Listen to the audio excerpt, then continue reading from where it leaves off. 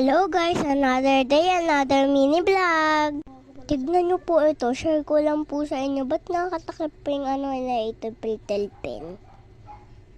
Ayun po, nakatakip po yung pinaka-level yung Pritel pen. At saka nga po pala, tara po, kain po tayong chicharon. Kuya, nagbumukbang po siya dyan. Pero kasi po, enjoy na enjoy po siya. At ayun na nga po pala, iwain ni mama yung islang malaking malaki. Bali po dalawa pala yan. Yung isa po isisigang namin, tapos yung isa po pipirituin namin. Po ba kayo maglinis ng isda na yan? Yung tawag po sa amin yung pating na maliit. Ang pinakadulo po tatanggalin kasi sabi po may lason po daw yan.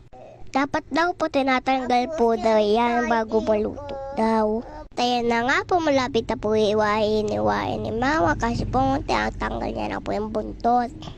Kayo guys, anong alam niyong luto dito sa ganitong isda?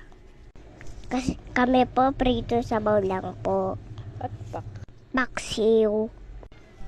Ang sarap po na naman napadami po yung kain ko dyan sa luto ni Papa.